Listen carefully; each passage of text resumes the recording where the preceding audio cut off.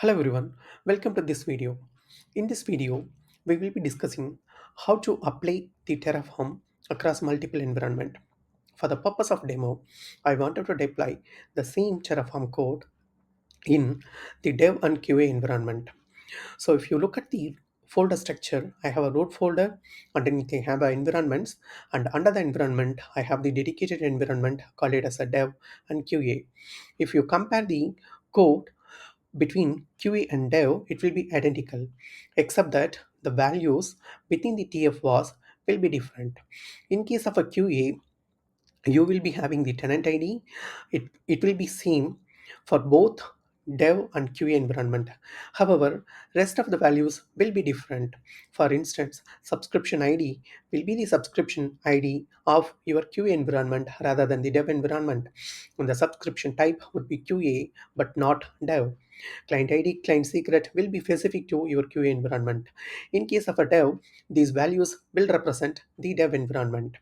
And if you look into the main file, it will be seen for both QA and dev environment.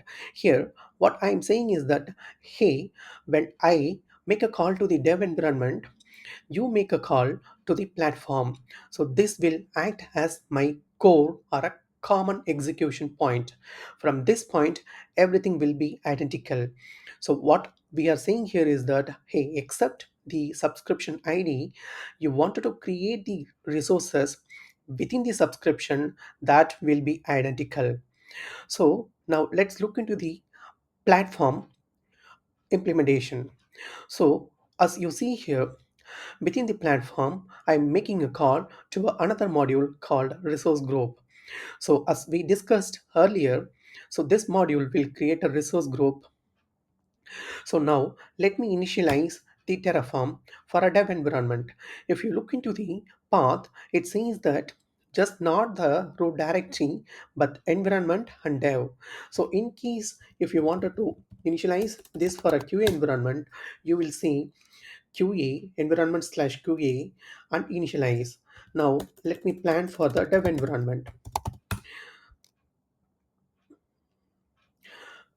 So as you see here, it will create a resource group called example resource group dev. Now let me apply it in the dev environment.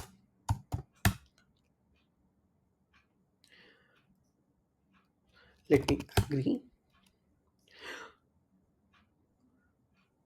Within a moment, it will create the resource group. Similarly, you can do it for a QA environment. And if at all you have another environment, be it as a release, a staging, preview, and production, you will follow the similar pattern.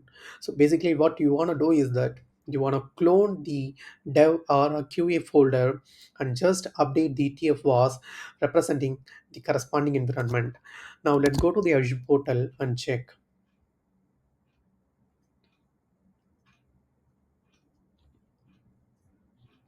As you see here, this particular resource group got created, and this is how we manage multiple deployment using Terraform.